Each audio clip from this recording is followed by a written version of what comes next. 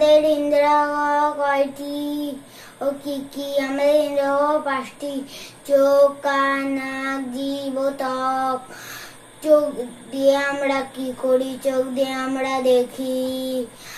আমাদের খুলি কয়টি? হাড় দিয়ে তৈরি 22টি। মাথার কাজ কি? মাথার কাজ চিন্তা করা, শরীর পরিচালনা করা। কান দিয়ে আমরা কি করি? কান দিয়ে আমরা শুনি।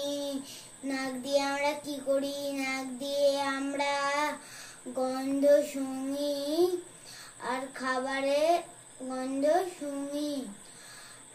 জিভ দিয়ে আমরা কি করি? জিভ দিয়ে আমরা খাবার স্বাদ গ্রহণ করি। মুখ দিয়ে আমরা কি করি? মুখ দিয়ে আমরা কথা বলি।